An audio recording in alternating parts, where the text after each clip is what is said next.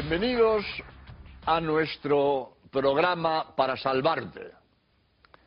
Me llamo Jorge Loring, soy jesuita español y he venido a Birmingham a grabar unos espacios donde desarrollo algunos temas que expongo en mi libro Para Salvarte.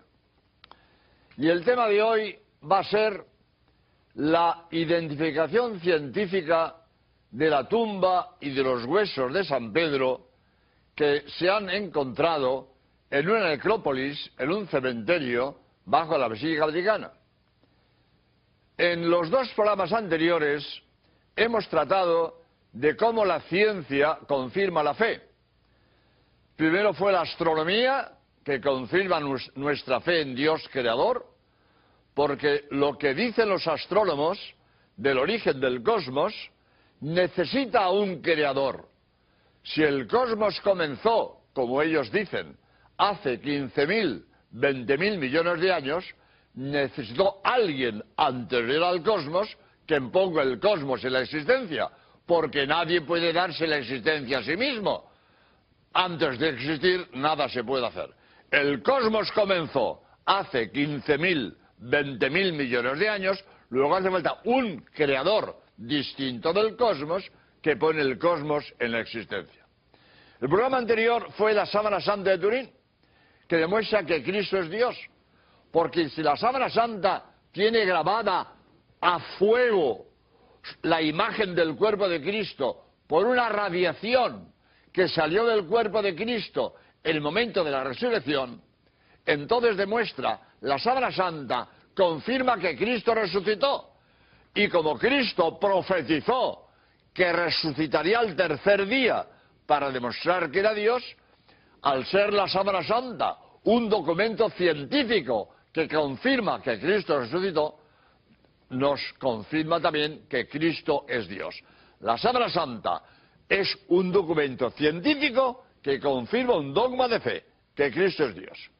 Hoy va a ser la arqueología. Hoy va a ser la arqueología quien demuestra que la Iglesia Católica es la única fundada por Cristo, por lo tanto, la única verdadera. La ciencia confirmando la fe. La astronomía confirma mi fe en Dios, la Sábana Santa confirma mi fe en Cristo Dios, la arqueología confirma que la Iglesia Católica es la única verdadera.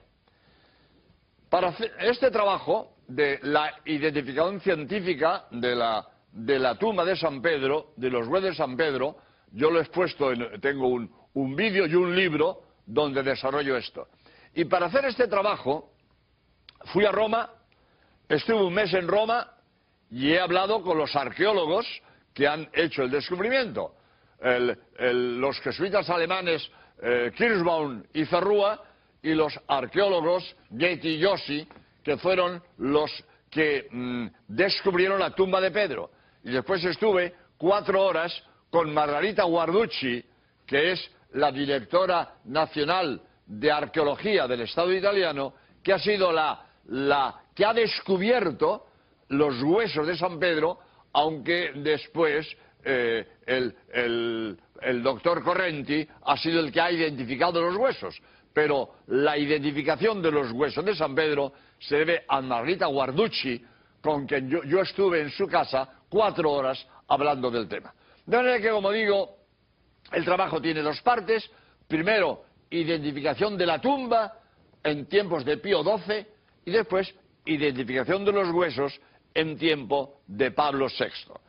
La identificación de la tumba, que como digo se debe a los arqueólogos jesuitas Kirschbaum y Ferrua y a los arqueólogos italianos Getty y Yossi, se hizo en tiempos de Pío XII. Porque estando preparando la cripta, la tumba de Pío XI, al estar preparando la sepultura, se descubrió un mosaico.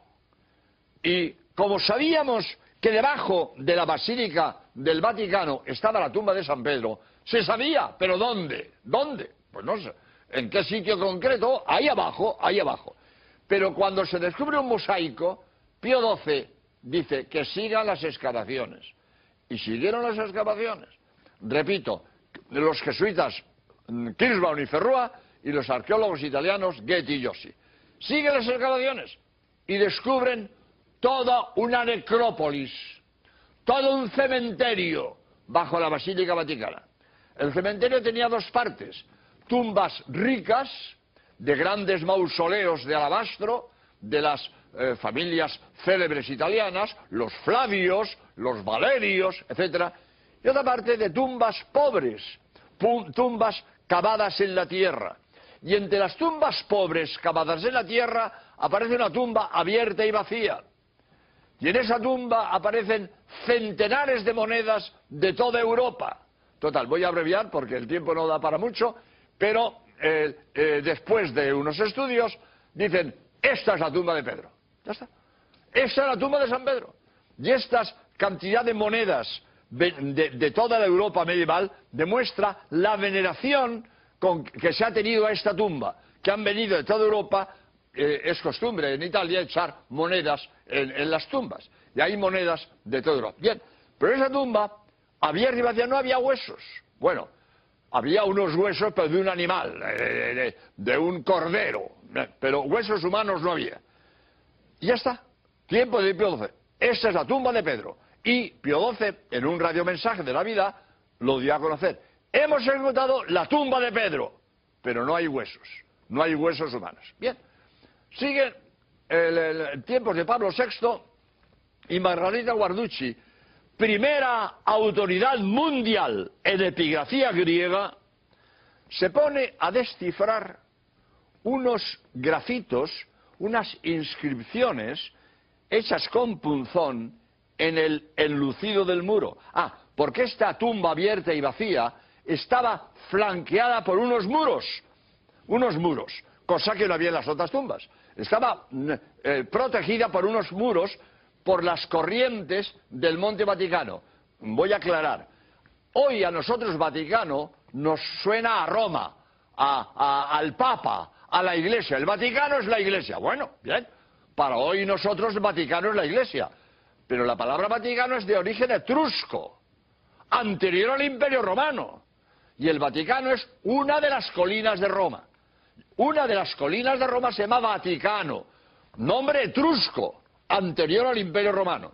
Pues en el Monte Vaticano había en la ladera del Monte Vaticano es donde está esta sepultura. Voy a explicar un poco porque esto es historia y esto siempre es interesante.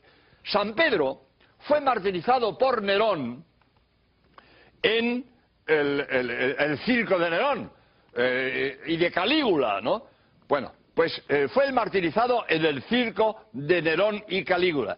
Y después de martirizado fue enterrado en el cementerio de la ladera del Monte Vaticano. Había una necrópolis, un cementerio en el Monte Vaticano. Ahí fue enterrado. Y Constantino, cuando se convierte al cristianismo, levantó varias basílicas en las cuales él se convirtió al cristianismo, porque dicen, lo dice San Silvestre, que lo oyó directamente de Constantino, que él vio el signo de Cristo en el cielo antes de la batalla del puente Milvio contra Magencio. Y él pensó que Cristo le dio la victoria sobre Magencio. Y entonces se convirtió al cristianismo y levantó varias basílicas cristianas. Bueno, pues la Basílica de San Pedro, Constantino la edificó sobre la tumba de Pedro. Sobre la tumba de Pedro. En una ladera del Monte Vaticano con grandes dificultades. Teniendo al lado la gran explanada de 100 metros por 300, donde estaba el circo de Nerón y de Calígula. Pues la Basílica de Pedro la edifica en una ladera del Monte Vaticano con grandes problemas técnicos y morales, porque enterró un cementerio. Y para los romanos y los judíos, las tumbas eran sagradas, con enormes dificultades de todas las familias ricas que tenían allí sus tumbas. Constantino enterró el cementerio, la necrópolis, y encima levantó su basílica. Y encima de la basílica de Constantino está la actual basílica. En mi libro lo pongo, en mi vídeo, un croquis de la actual basílica, encima de la Basílica de Constantino y encima de la necrópolis donde estaba enterrada, estaba la tumba de San Pedro. Bien, a lo que voy. Entonces, en esa tumba, donde estaba enterrado San Pedro, en la ladera del monte, había filtraciones de agua. Y entonces Constantino, para defender los huesos de la humedad de las filtraciones de agua, protege la tumba de San Pedro con unos muros. Y a los huesos de San Pedro los mete en un nicho que está en el muro rojo. Y Margarita Guarducci, repito, primera autoridad mundial en epigrafía griega, me lo dijo a mí, estuvo 2 años desfilando los grafitos, porque allí venía todo el mundo y escribía.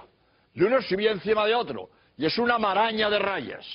Y Margarita Guarducci, 2 años de estudio, ha publicado después su estudio en un enorme trabajo que ha sido premiado por ¿cómo se llama? El Instituto de Investigación Italiana, no me sé exactamente el nombre, pero el premio a la investigación italiana por el Estado italiano. Bien, pues ese estudio de Margarita Guarducci, descifrar los grafitos que había en el muro G, se llama muro G por los grafitos que había escrito. Y descubre, en esos grafitos, descubre varias frases muy bonitas.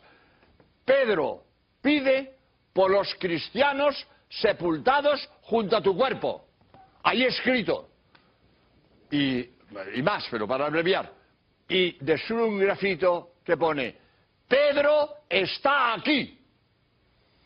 Cuando Margarita Guarducci descifra el grafito, Pedro está aquí, manda que piquen ahí dentro. Pican el muro y detrás de ese muro aparece un nicho cubierto de mármol blanco, con unos huesos. Se estudian los huesos. El profesor Correnti, de Palermo, estudia los huesos. Primero, huesos de ratón. Un ratoncillo se coló por una rendija, no pudo salir y allí se murió. Y después, huesos de varón. Primero, huesos humanos. Todos de la misma persona. De sexo varón. De complexión robusta. Que murió en edad avanzada y murió en el siglo I. Y yo le pregunto a Margarita Guarducci, oiga, ¿qué porcentaje de seguridades tenemos de que estos huesos sean de San Pedro? Y me dice Margarita Guarducci, el 100%. Por la directora nacional de arqueología del Estado italiano, el 100% de seguridades que esos huesos son de San Pedro. Me dice Margarita Guarducci, si buscamos los huesos de San Pedro, ¿qué buscamos? Hueso de varón. Ahí tenemos hueso de varón. De complexión robusta. San Pedro era pescador. Varón de complexión robusta. Que murió en edad avanzada. Que vivió en el siglo I. Todos los datos que buscáramos de San Pedro los tenemos en estos huesos. Estos huesos... Ah, y otra cosa interesante. Y estos huesos han estado envueltos en un rico paño de púrpura y oro, porque están manchados del rojo de la púrpura. Han sido huesos muy venerados que Constantino los envolvió en un rico paño de púrpura y oro para tenerlos. O sea, han sido huesos muy venerados. Y otro detalle interesante, estos huesos, mientras los huesos de ratón están limpios de tierra, estos huesos, envueltos en el rico paño de púrpura y oro, tienen tierra adherida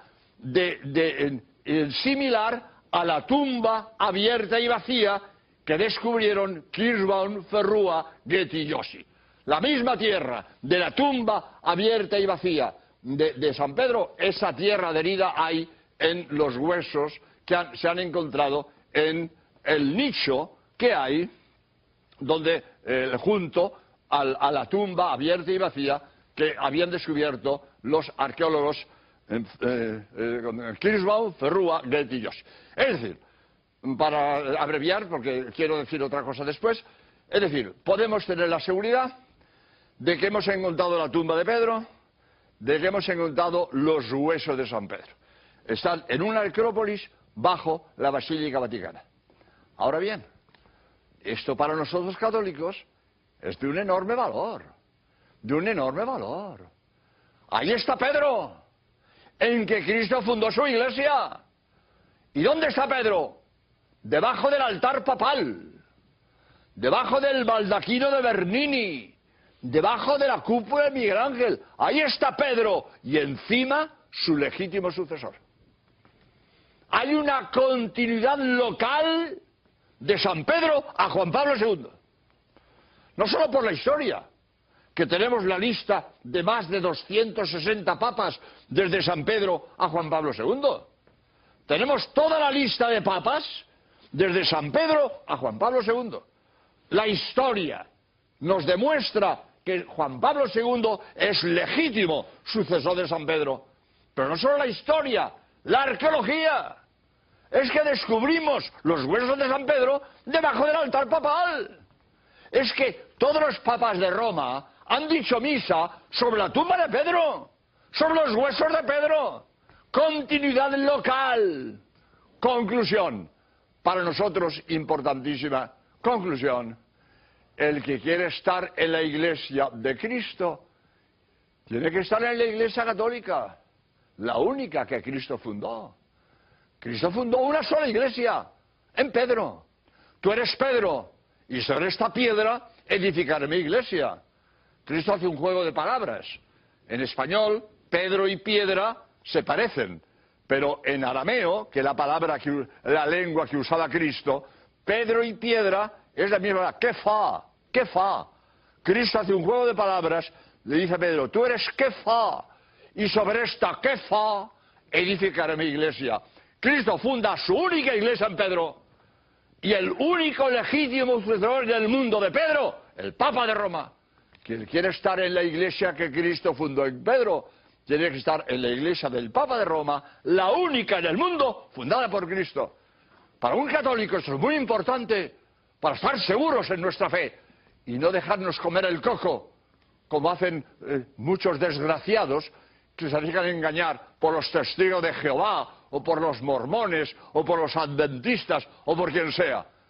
Todas las iglesias protestantes, fundadas por hombres, todas fundadas por hombres, sabemos quién, cuándo y dónde. Los testigos de Jehová, fundados el siglo pasado por Russell. Los mormones, el siglo pasado por Smith. Todos los protestantes, fundados por hombres. Sabemos quién, cuándo y dónde. Y todos vienen de Lutero. Todos vienen de Lutero. Antes de Lutero no había protestantes. El primer protestante fue Lutero, que era católico, que era sacerdote, que era religioso. Se pelea con el Papa, rompe con la iglesia y funda su iglesia. Y los luteranos son los primeros protestantes. Y antes de Lutero no había protestantes. Herejías ha habido siempre. Desde los primeros tiempos del cristianismo ha habido herejías. Qué sé yo, valdenses, montanistas, priscilianos, montones de herejías desde de los primeros siglos. Pero herejías independientes. No tienen unidad con el protestantismo. No tienen unidad de doctrina. No tienen unidad de gobierno. No han formado una misma comunidad en el tiempo. Herejías independientes. Pero todas las iglesias protestantes de hoy, todas vienen de Lutero. Y desde el luteranismo se fueron subdividiendo y hoy tenemos más de 400 sectas protestantes. Hay un libro de Crivelli, se llama Diccionario de Sectas Protestantes. Tiene más de 400. Y todas estas 400 sectas protestantes, todas vienen de Lutero. Y antes de Lutero no había protestantes. Yo suelo decir, cuando hablo de esto, perdonad si a alguien no le gusta, pero yo digo un medio chiste, que yo me invento, pero que da luz a esto. A lo mejor a alguien no le gusta que diga esto, pero lo digo porque lo digo siempre, pues no tengo por qué no decirlo aquí. Yo digo esto. Si una señora tiene un hijo 15 años después de morir su marido, ¿será de su marido? Pues el protestantismo nace 15 siglos después de morir Cristo. Si el protestantismo nace 15 siglos después de morir Cristo, ¿cómo Cristo va a fundar el protestantismo? El protestantismo lo fundó Lutero. Y después de Lutero, todos sus seguidores se han ido subdividiendo. Pero ninguna iglesia protestante, pues, ni lo dice, que fue fundada por Cristo. ¿No puedes decirlo? Sí, se coge la historia de cada iglesia protestante y nada, llegaron hace unos cuantos años. Todas comenzaron recientemente. Ninguna puede decir que fue fundada por Cristo hace 2000 años. Los católicos, lo podemos decir, nuestra iglesia católica fue fundada por Cristo en San Pedro, y el único legítimo sucesor de San Pedro en el mundo, Juan Pablo II, el Papa de Roma. Por lo tanto, que quede claro que el que quiera estar en la iglesia que Cristo fundó en Pedro, tiene que estar en la iglesia católica, la única fundada por Cristo, y Juan Pablo II, el único legítimo sucesor de San Pedro. Por lo tanto, la arqueología encuentra los huesos de San Pedro, encuentra la tumba de San Pedro, debajo del altar papal, en una necrópolis bajo la Basílica Vaticana, y la arqueología me confirma mi fe en la Iglesia Católica, porque me confirma que el único en el mundo legítimo sucesor de San Pedro es Juan Pablo II, el obispo de Roma. Pero no quiero terminar, porque sería injusto que alguien saque la conclusión de lo que he dicho, que todos los católicos seamos buenos y todos los protestantes sean malos, porque eso no es verdad. Entre los católicos hay católicos indeseables, y entre los protestantes hay protestantes de buena fe, que son excelentes personas. Pero la buena fe de un protestante no convierte el error en verdad. El protestante está equivocado, aunque sea buena persona, está equivocado. Hay que distinguir que su vida sea honrada y honesta, y sus ideas estén equivocadas. El protestante está equivocado, aunque sea buena persona. Está equivocado. Su iglesia no la fundó Cristo, la fundó un hombre. Y el católico está en la verdadera iglesia de Cristo. Y si es mal católico, se irá al infierno. Pero el que él sea mal católico no quita que esté en la verdadera iglesia de Cristo. Lo que pasa es que no basta estar en la iglesia de Cristo. Hay que cumplir con la iglesia de Cristo. Hay que ser fiel a la doctrina de Cristo. Y el católico que es fiel a Cristo se salvará. Y el católico que es mal católico se condenará. Pero hay que distinguir entre que la iglesia católica es la verdadera y que todos los católicos sean buenos, porque los hay malos. Y que la iglesia protestante está equivocada, aunque haya protestantes que son excelentes personas. Pero quiero advertir que a veces se oye decir, para atacar a la iglesia católica, porque hay católicos indeseables. Pues hay que ver católico ese que es un tal, hay que ver el otro católico que es un cual. Pues sí, hay malos católicos.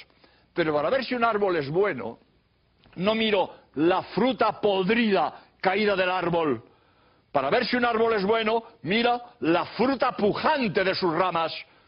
Para ver si la iglesia católica es buena, no miremos a los malos católicos, que es la fruta podrida caída del árbol.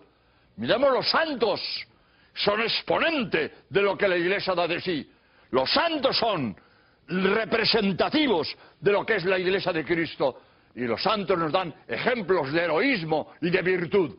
Pues el ejemplo de lo que da de sí la verdadera iglesia de Cristo son los santos, que es la fruta pujante que cuelga de sus ramas. Y no los malos católicos, que por desgracia los hay, pero los malos católicos es la fruta podrida caída del árbol de la iglesia. Por lo tanto, voy a terminar con esta idea de que la iglesia católica es la única fundada por Cristo, la única verdadera, pero no todos los católicos somos ejemplares. En la iglesia católica hay buenos, malos y regulares. Y ya dijo Cristo que la cizaña crecía al mismo tiempo que el trigo. En la iglesia católica hay trigo bueno y cizaña. Y los protestantes están equivocados, aunque algunos nos pueden dar ejemplo de virtud y de honradez. Nos pueden dar ejemplo, pero eso no quita que estén equivocados. Porque la buena fe del equivocado no convierte el error en verdad. Yo puedo tener un administrador que me lleva las cuentas y me dice, él cree que 2 y 2 son 5. No me quiere robar, está equivocado. Yo no le digo ladrón, pero digo está equivocado. Usted será buena persona, pero está equivocado. 2 y 2 son 4, no 5. Por lo tanto, la buena fe del equivocado no convierte el error en verdad. La verdad es Es verdad. Lo que pasa es que a veces no todos la vivimos con la fidelidad que deberíamos vivirla. Pues demos gracias a Dios de que nos ha permitido, nos ha concedido vivir en la verdadera iglesia que Él fundó, de que estamos en la verdad, y procuremos ser fieles a nuestra fe para que tengamos la dicha de que cuando nos llegue la hora de dar el paso a la vida eterna, Dios nos reciba con los brazos abiertos porque hemos sido fieles a su fe y a su mensaje. Pues muchas gracias y hasta el próximo programa, si Dios quiere. Adiós.